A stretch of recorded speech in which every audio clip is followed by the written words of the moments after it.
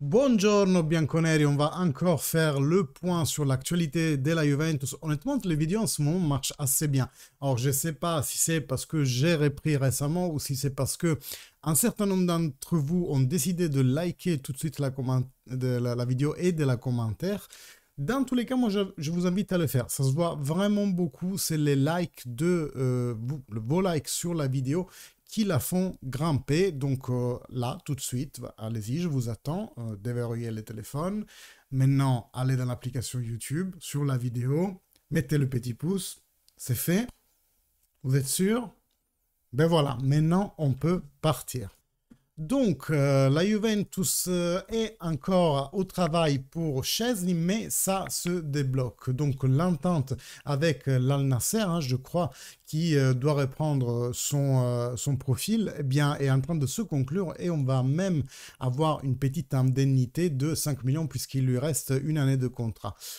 Sur le front Federico Chiesa, il paraîtrait qu'il ait refusé un renouvellement de contrat par rapport au salaire. On lui avait fait une offre en restant avec le même salaire, hein, ce qui était un peu le but, juste de se donner un peu plus de temps et de se reparler courant de l'année prochaine. Eh bien, il a refusé. Donc, moi, ça me fait penser de plus en plus à la situation d'Dybala. Dans le sens où c'est un joueur qui, si on met tout bout à bout, oui, il a des grandes qualités, mais factuellement, il n'a jamais explosé, il n'a jamais démontré d'être le top player de la Juventus, mais qui pourtant, au moment du renouvellement, lui estime l'être et donc demande plus d'argent.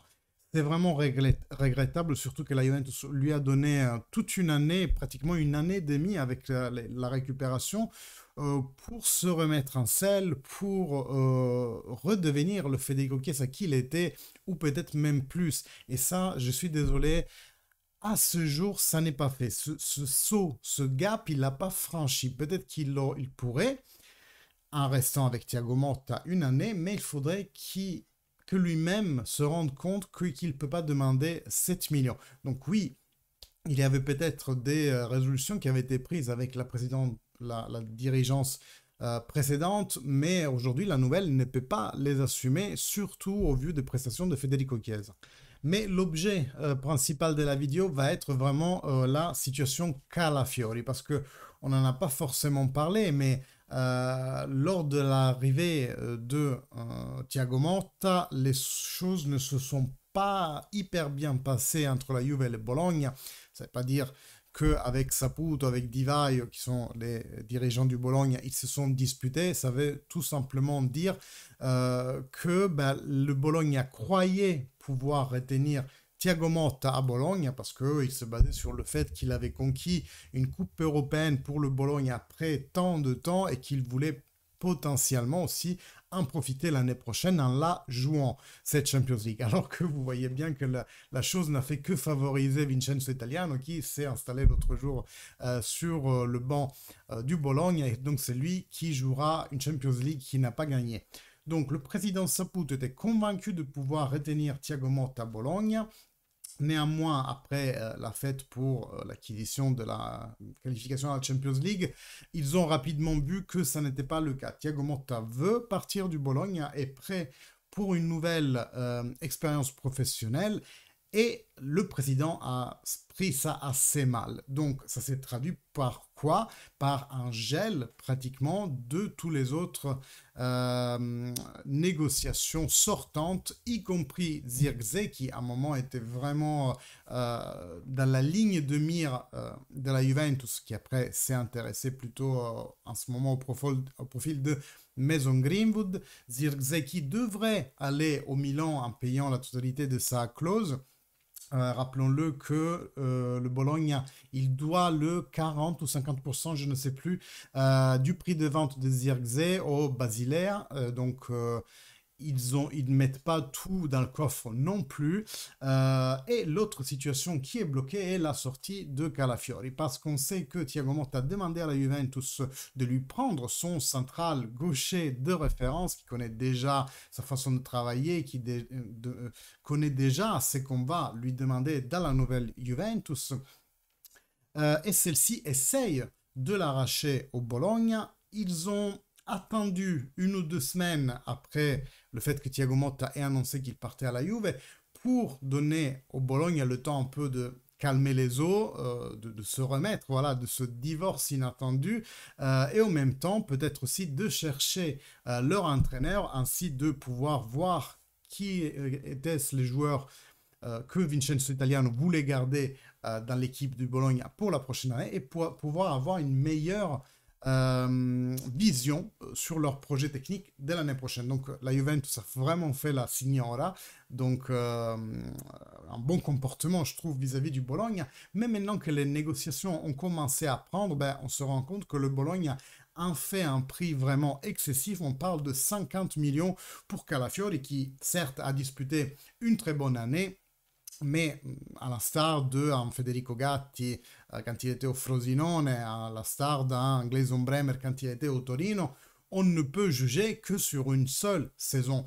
Et le pari Bremer, je dirais qu'il a assez réussi. Le pari Gatti, je dirais qu'il est réussi avec réserve, c'est-à-dire que je pense qu'il a un grand potentiel, mais vu toutes les erreurs, ben, pas seulement celle de Sassuolo, mais toutes les autres qu'il a pu faire dans l'année, et toutes les belles choses qu'il a fait en attaque, ces 4 buts qui ont été tous décisifs, et puis on l'a vu faire des incursions assez importantes à aider l'équipe en attaque, eh bien j'ai l'impression que Federico Gatti, il doit juste apprendre à défendre maintenant, parce que en attaque il est génial, en défense, ben, il y a beaucoup de choses à revoir.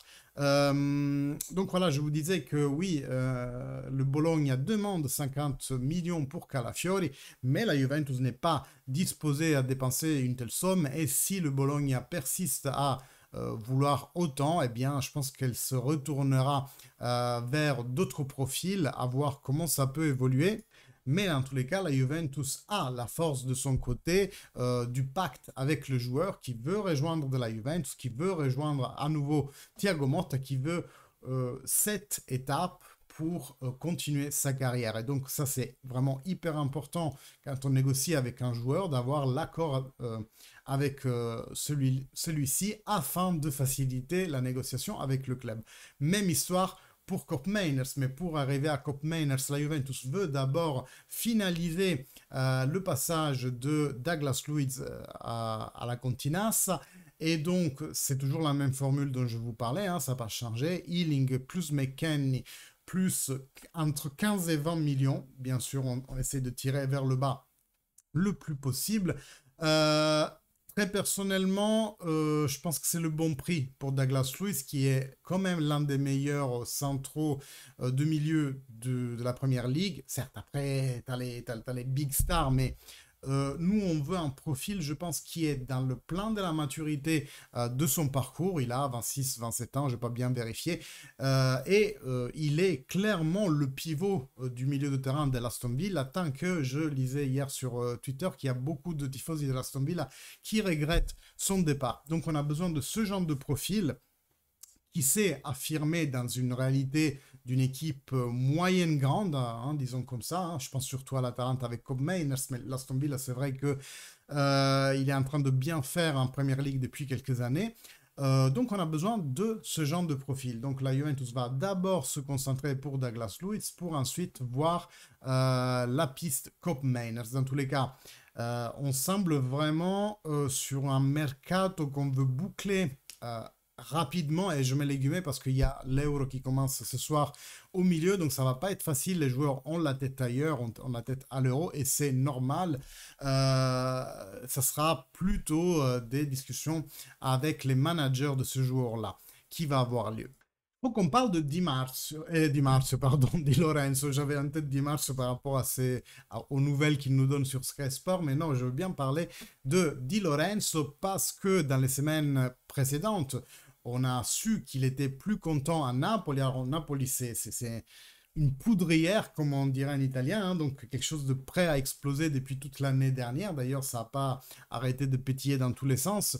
On voit une équipe qui s'est complètement dissoute, avec un président qui a essayé de reprendre la main en voulant pallier l'absence de Giuntoli et de Spalletti, mais qui n'a pas réussi. Ils ont changé 3 entraîneurs cette année, et puis ils n'ont même pas une qualification à la Coupe européenne, mais l'histoire de Di Lorenzo elle est un peu plus spécifique parce que capitaine du Napoli, il s'est vu refuser d'une part une augmentation de salaire qui lui aurait permis d'atteindre un statut vraiment euh, j'ai envie de dire d'envergure à l'intérieur du vestiaire, parce que oui, ça parle aussi pépette dans les vestiaires, et donc celui qui gagne le plus est normalement un peu soit mal vu parce que l'équipe pense qu'il ne mérite pas, ou alors bien vu parce que c'est l'un des sénateurs et la société le récompense.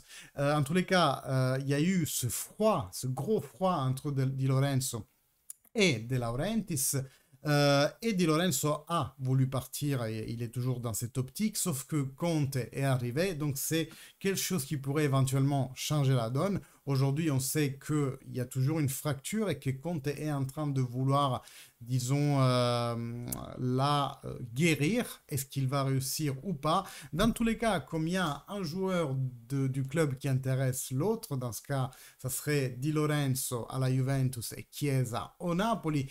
Il y a les prémices, on ne va pas se mentir, d'une potentielle négociation entre les deux clubs. Maintenant, comme je vous disais dans la vidéo d'hier, je fatigue vraiment à penser que Federico Chiesa pourrait choisir le Napoli. Déjà, parce que la place, oui, elle est chaleureuse si tu es bon, si tu es un bon joueur, mais elle est assez ingrate si soit tu te déçois, soit on perçoit que tu es Juventino, par exemple. Et d'autre part, le Napoli, je vous disais, ne dispute pas les coupes européennes. Donc j'ai du mal à me dire que Chiesa pourrait aller vers ce choix-là.